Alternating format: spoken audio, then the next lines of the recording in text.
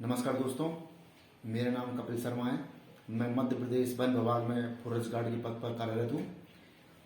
दोस्तों, जैसे आपको पता होगा कि अभी फॉरेस्ट गार्ड की वैकेंसीज आने वाली हैं।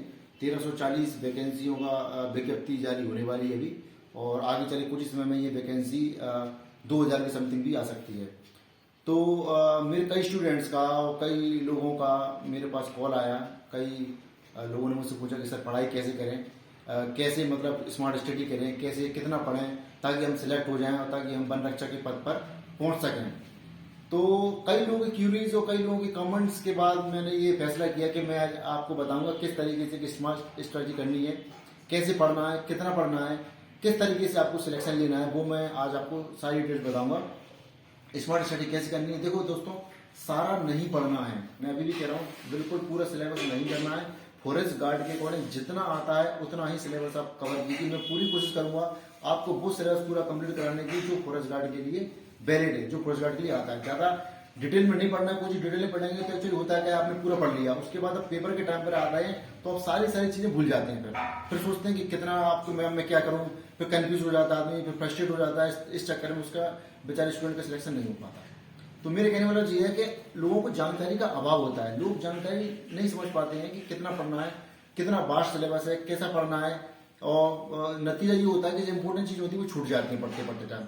इसलिए मैं आपको बताऊंगा कि स्मार्ट स्टडी कैसे करनी है, सिलेबस के अकॉर्डिंग कितना पढ़ना है। ज्यादा नहीं पढ़ना है आप लोगों को, उतना ही पढ़ना है जितना आपके सिलेबस में आता हो। आपको सिर्फ नौकरी पाने के लिए पढ़ना है और उसके अलावा ज्यादा विशेष नहीं पढ़ना है। एक्चुअली होता क्या है कि कुछ स्टूडेंट ऐसे होते हैं जो कोचिंग लगा लेते हैं, चलो कोचिंग पढ़ लेते हैं, कोचिंग वाले कराएंगे। तो मैं आपको बता दूं, कोचिंग सिर्फ मिसगाइड करती है लोगों को। आप कोचिंग चले जाएंगे, कोचिंग को बहुत सारा सिलेबस पढ़ा देते हैं, आपको इतना सिलेबस पढ़ा देते हैं, फिर कवर करने में आपको बाद में बहुत ज्यादा परेशानी आती है।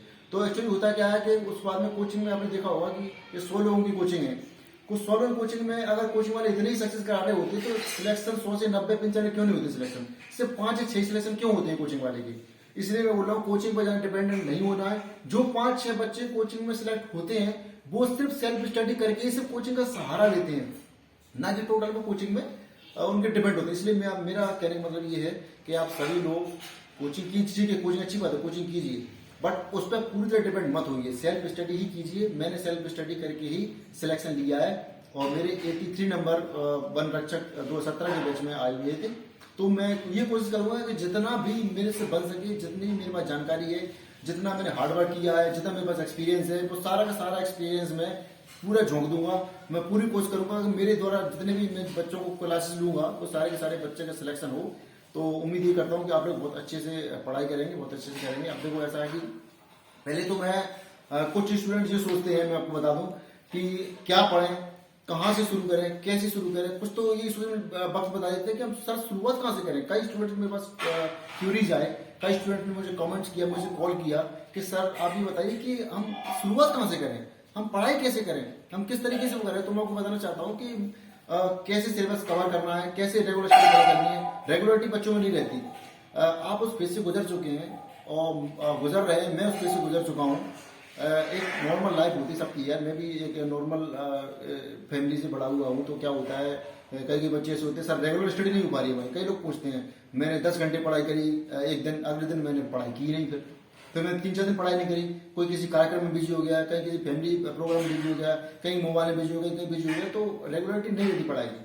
तो मैं बताता हूँ कि रेगुलर स्टडी कैसे करनी है, स्मार्ट स्टडी कैसे करनी है, किस तरीके से आपको रेगुलरिटी रखनी है पढ़ाई में ताकि आप एक सिलेक्शन ले सकें, एक अच्छी लाइफ जी सकें। तो मैं आपको बताऊंगा कि कई लोग ऐसे होते हैं 10 घंटे पढ़ लेते हैं और अगले 2 दिन तक किताब ही नहीं उठाते वो। तो ऐसी प्रॉब्लम फेस करते हैं, ये नॉर्मल चीज है। ये प्रॉब्लम फेस मैंने भी की है, आप भी कर रहे होंगे, लेकिन इसका मतलब ये नहीं है कि आपका सिलेक्शन नहीं होगा, ऐसी कोई बात नहीं है। इसलिए आप रेगुलर पढ़ाई करते रहिए। मैं आपको बताऊंगा किस तरीके से रेगुलर स्टडी करनी है। कहीं ना कहीं इसलिए पढ़ाई कहीं ना कहीं बच्चों की छूट जाती है, तो पढ़ाई को छोड़ना नहीं है, पढ़ाई को हमको अच्छे से कवर करना है। मैं अपने स्टूडेंट को सारी कोशिश करूंगा उनको हेल्प करने की, उनको हार्ड वर्किंग के जरिए अपने उनको सिलेक्शन दिलाने की। अपनी पूरी जो भी मेरा एक्सपीरियंस है वो सारी चीजें मैं जोड़ दूंगा। तो मैं कोशिश करूंगा कि आप सभी लोग सिलेक्ट हो जाएं। आप मुझे पहले कमेंट करके बताइए, कमेंट बॉक्स आपका पूरा सारा खुला हुआ है। आपको आपकी जो भी क्यूरीज है, मुझे अपना भाई समझिए या फिर मुझे अपना टीचर समझिए या मुझे अपना दोस्त समझिए, कुछ ही समझिए। आपकी जो भी क्यूरीज है रिगार्डिंग स्टडीज, कुछ भी, क्या आपको जो भी पढ़ना है, क्या पढ़ना है, पहले मुझे ये कमेंट सेक्शन में बताइए क्या पढ़ना चाहते हैं। पहले देखो फेरोज गार्ड का सिलेबस बहुत वास्ट है, उसमें 5 सब्जेक्ट पूछेंगे, science, math, reasoning, Hindi, English. तो ये सारे टॉपिक मैं ज्यादा से ज्यादा कवर करने की कोशिश करूंगा और उतना ही पढ़ाऊंगा जितना फेरोज गार्ड के लिए आता है। तो मेरी राय में सबसे पहले मैं आपको पढ़ाऊंगा हिंदी का सिलेबस। तो हिंदी के सिलेबस में पढ़ाने की आपको कोशिश करूंगा। लेकिन आपको कुछ और पढ़ना है, कुछ और सब्जेक्ट करना चाहे तो प्लीज कमेंट सेक्शन में बताइए। और आपको जो भी पढ़ना चाहते हैं मुझे बिल्कुल मैसेज कर सकते हैं, मुझे कॉल कर सकते हैं। मैं अपना डिस्क्रिप्शन लिंक में अपना नंबर आपको सेंड कर दूंगा, उस नंबर पर आप मुझे व्हाट्सअप कर सकते हैं। आप जो भी चाहें, जो भी आपकी क्यूरीज है रिगार्डिंग स्टडीज या कैसी भी क्यूरीज है, जो भी आपकी समस्या है आप मुझसे रख सकते हैं। मैं पूरी कोशिश करूंगा आपकी सारी समस्याएं सॉल्व करने की। तो मैं हिंदी की क्लासेस, अगली वीडियो की हिंदी क्लासेस शुरू करने जा रहा हूँ। इसमें आपके कई सारे टॉपिक्स होंगे और ये सिर्फ स्टडी रिगार्डिंग फॉरेस्ट गार्ड होगी। अगर आपको ज्यादा पढ़ाई करनी है, आपको सोच रहे एसआई की तैयारी करनी है, तो आप मुझे कमेंट सेक्शन में बता दीजिए वो एसआई की तैयारी करनी है, तो मैं आपको और एसआई के लिए भी क्लासेस लूंगा। मेरी क्लासेस में सिर्फ वही स्टूडेंट्स आएंगे जो वास्तव में सीरियस हैं, जो अपने जॉब चाहते हैं, वही स्टूडेंट कहिए। ये सारी क्लासेस बिल्कुल फ्री रहेंगी और मेरी पूरी कोशिश रहेगी कि मेरे जितने स्टूडेंट हैं सारे के सारे सबको मैं सिलेक्शन दिला सकूं, ज्यादा से ज्यादा लोग को अपनी जो हार्ड वर्किंग है मेरा या फिर जो मेरा एक्सपीरियंस है मैं शेयर कर सकूं। ठीक है, तो मैं कोशिश अगली वीडियो में आपको हिंदी की क्लासेस शुरू करने जा रहा हूँ। इसमें आपको मैं सारे सिलेबस करने की कोशिश करूंगा, ज्यादा नहीं पढ़ाऊंगा, जितना ही सिलेबस आता है उतना ही पढ़ाऊंगा। इसलिए आप कहीं इधर मत जाइए, सिर्फ उतना ही पढ़िए जितना सिलेबस में आता है, मेरी कोशिश रहेगी।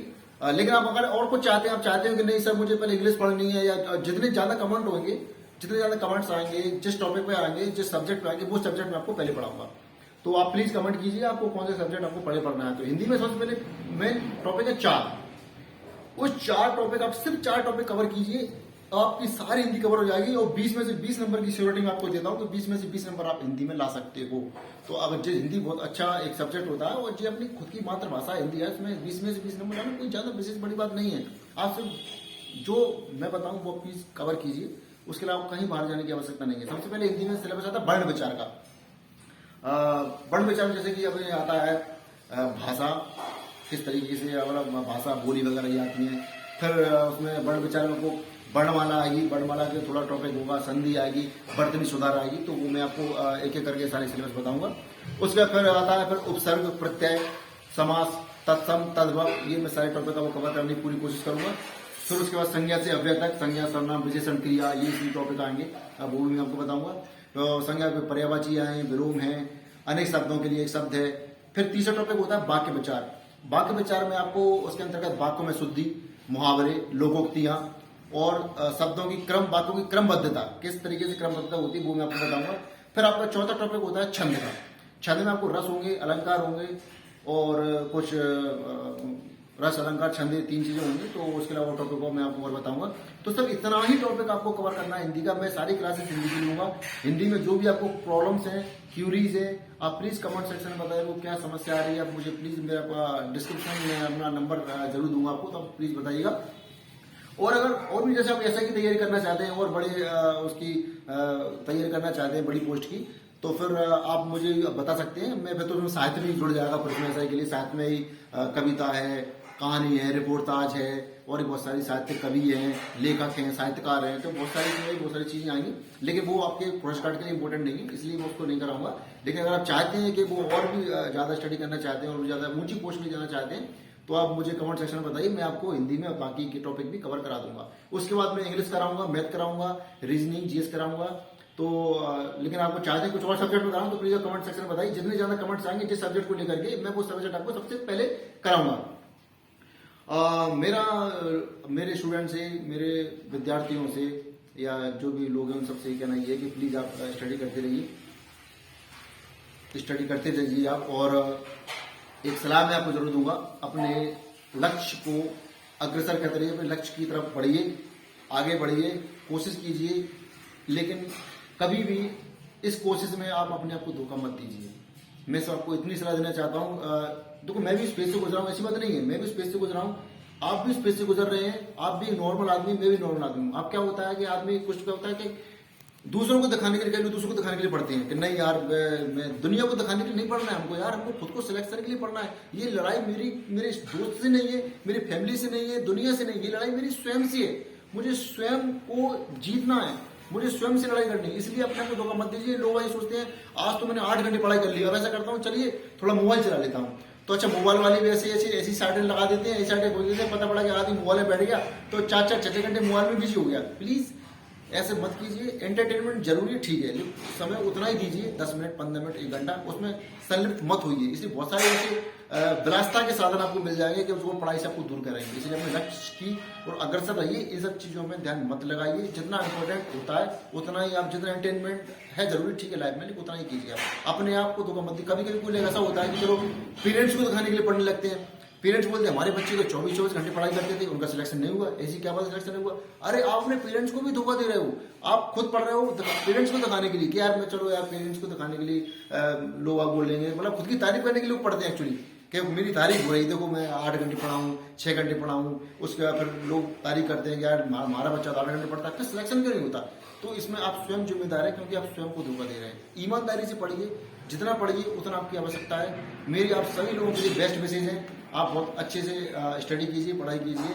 मैं चाहता हूँ मेरे जितने भी सारे स्टूडेंट्स हैं सारे के सारे सिलेक्ट हों और एक अच्छी पोस्ट पर जाएं, वन रक्षक के पद पर कार्यरत हों। और भी मैं आगे क्लासेस लूंगा, तो मैं आपसे मिलता हूँ अगली वीडियो में। हिंदी का मैं क्लासेस लेने जा रहा हूँ अगली वीडियो में, तो हिंदी की मैं टॉपिक शुरुआत करूंगा। जितने जिनको पढ़ना बिल्कुल फ्री में पढ़ाऊंगा, कोई चार्जेस नहीं उस चीज का। जितनी भी क्यूरीज हैं आपकी, जितने भी कमेंट्स में आप प्लीज बताइए, जितनी आपको समस्या हो रही है वो सारी समस्याओं को मैं पूरी कोशिश करूंगा उन्हें निराकरण करने की। उसके बाद फिर मैं अगले सब्जेक्ट पढ़ाऊंगा। मैं चाहता हूँ कि जैसे कि 2 महीने बाद, 1 महीने बाद नोटिफिकेशन आएगा वन रक्षा के पदों के लिए, तो मैं चाहता हूँ कि 2 महीने के अंदर, 1.5 महीने के अंदर जितना भी सिलेबस होगा, तो मैं सिलेबस पूरा कवर करने की कोशिश करूंगा। जैसी नोटिफिकेशन आएगा आप पूरा सिलेबस कवर कर चुके होंगे, आप बिल्कुल कॉन्फिडेंट रहेंगे कि हाँ हमने सिलेबस पूरा कवर कर लिया है। फिर सिर्फ टेस्ट सीरीज लगाना शुरू करेंगे, 1-1.5 महीने में आप सिर्फ रिवीजन करेंगे और आपका 100% सिलेक्शन होगा। मैं इसे उम्मीद करता हूँ। मैं मिलता हूँ आपको अगले वीडियो में हिंदी की पहली क्लास के साथ। Thank you.